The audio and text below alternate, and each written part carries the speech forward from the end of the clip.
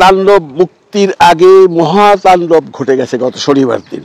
আজকে রবিবার, গতকালকে শনিবার বিকেলবেলায় বাংলাদেশ চলচ্চিত্র উন্নয়ন কর্পোরেশন বা আপনাদের সে প্রিয় এফডিসিতে একজন বলা হচ্ছে মানসিক রোগী, একজন দুর্বৃত্ত একটা ধারালো অস্ত্র নিয়ে, একটা রামদা ঠিক এত বড় হবে, তিন হাতের মতো দিয়ে এফডিসির প্রশাসনিক ভবনে ভাঙচুর করেছে এবং তার মুখে শুধু ছিল শাকিব খানের নাম এবং গলুই ছবির নাম।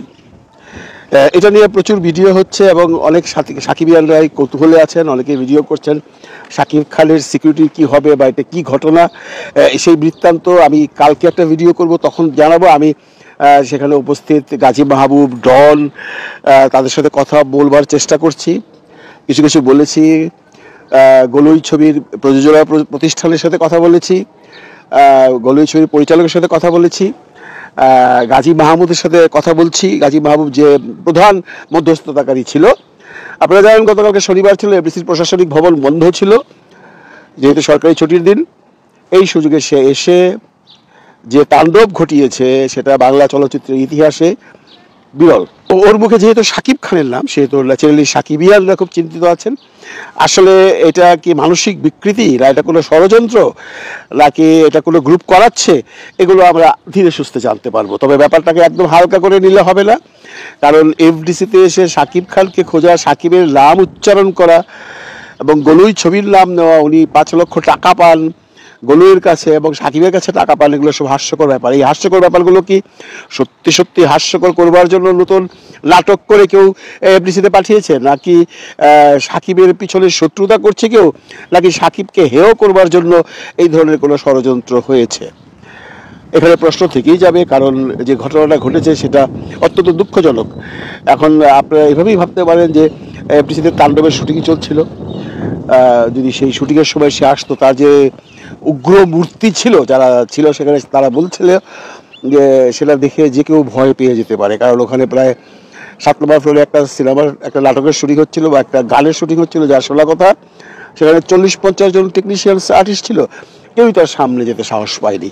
আমি যতদূর শুনেছি গাজী মাহবুব এবং আমাদের চলচ্চিত্র শিল্পী ডন তারা ম্যানেজ করেছে, তারপর তাকে পুলিশে সোপর্দ করা হয়েছে। কিন্তু মূল ঘটনা হলো এই ব্যাপারটাকে আপনারা কি খুব হালকাভাবে দেখছেন?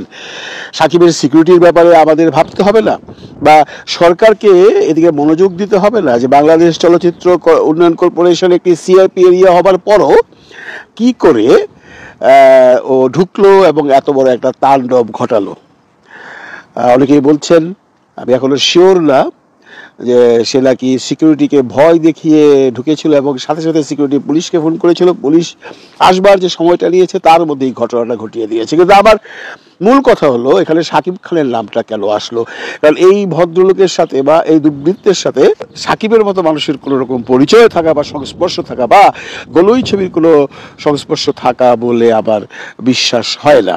এবং এখানে গলুই ছবির নামটি আসার পিছনে একটা যুক্তিযুক্ত কারণ আছে, কারণ ছেলেটির বাড়ি লাগে জামালপুর। আর আপনারা সবাই জানেন যে গলুই ছবিটির সম্পূর্ণ শুটিং হয়েছিল জামালপুরে। হয়তোবা জামালপুরে শুটিং এর সময় এই ছেলেটির কোনো রকম ক্ষোভ হয়তোবা সাকিবের প্রতি থাকতে পারে, যার জন্য সে এটা বলছিল। এই ছেলেটিকে যখন আটক করা হয়েছে, তখন এফডিসিতে পুলিশ আসবার পর যখন তাকে শান্ত করা হয়েছে, তখন তার একটা ভিডিও ক্লিপ আমি আপনাদের দেখাচ্ছি। সাকিব কালো করতে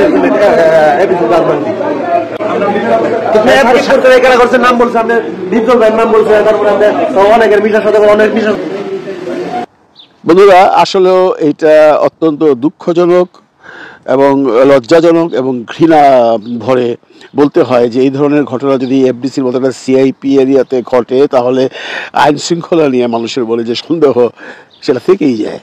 এই ব্যাপারে আমি সাকিবের সাথে যোগাযোগ করতে চাইনি, কারণ এই ব্যাপারে সাকিব কিছুই জানে না, এটা সাকিবের কোনো সম্পৃক্ততা নেই।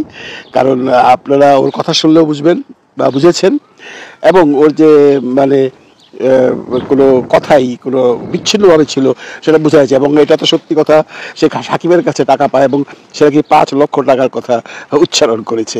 তো সাকিবিয়ানরা কোনো টেনশনে থাকবেন না, কিছুই হয়নি, কিন্তু একটা টেনশন তো থেকেই যায় যে আজকে ওদের তাণ্ডবের শুটিংয়ের সময় যদি ঘটনাটা ঘটতো, তার হাতে যে রামদা ছিল সেটা আমি এখানে দেখাতে পারছি না, সেটা দেখে যে কোনো যে সিকিউরিটি সাকিবের থাকে বাউন্সাররা তারাও তাকে আটকাতে পারতো না, কারণ বাউন্সারের কাছে পিস্তল নেই। তবে এফডিসিতে অনেক অনেক পিস্তলধারী প্রযোজক আছেন। ঘটনাটা যদি কোনোভাবে কোনো উইকডেজে ঘটতো এবং যে সমস্ত প্রযোজকের কাছে পিস্তল আছে এখন বহন করতে পারে কিনা জানি না, তাদের লাইসেন্স কিন্তু পিস্তল এখন বহন করে কিনা জানি না, সার্বিক পরিস্থিতির জন্য কিন্তু এফডিসিতে অনেক প্রযোজক আছে তারা লাইসেন্স কিন্তু পিস্তল সাথে নিয়েই এফডিসিতে আসে। তো ওইরকম সিচুয়েশনে যদি কালকে কেউ থাকতো পিস্তল হাতে নিয়ে এবং এই ছেলেটি যে তাণ্ডব ঘটিয়েছে তখন যে কেউ তাকে গুলি করে দিতে পারতো এবং এর জন্য যে গুলি করতো তার কোনো শাস্তি হতো না। যাক গিয়ে আমরা যারা সাকিবের ভক্ত বা আপনারা যারা সাকিব ফ্যান আছেন, যারা অলরেডি শুনে ফেলেছেন, যারা সাকিবিয়ান আছেন শুনে ফেলেছেন, অনেকেই বিভিন্ন ধরনের প্রশ্ন বিভিন্ন জায়গায় তুলছেন, বিভিন্ন জায়গায় করছেন। আপনাদের আশ্বস্ত করার জন্য বলছি এটা সাকিবের সাথে কোনো সম্পৃক্ততা নেই। সে হয় পাগল নয় তাকে কেউ পাঠিয়েছে, কে বা কারা পাঠিয়েছে, কার ষড়যন্ত্র সেটা দেখবার জন্য আমাদের একটু অপেক্ষা করতে হবে এবং আমরা আশা করি আইন শৃঙ্খলা রক্ষাকারী বাহিনী সেটা উদ্ভাবন করবেন। আমি আগামীকালকে একটা ভিডিও দেবো, আমি সবার ইন্টারভিউ নিয়ে টোটাল ঘটনাটা আপনাদেরকে জানাবো। আমি এই জন্য ভিডিওটা এত রাতের বেলায় করলাম যে অনেক সাকিবিয়ানরা আমাকে মেসেজ করছেন যে আমি যেহেতু চলচ্চিত্রের মানুষ এবং এফডিসির সাথে আমার একটা সম্পৃক্ততা আছে, আমি কিছু জানি কিনা, এর জন্য এই ভিডিওটা করা।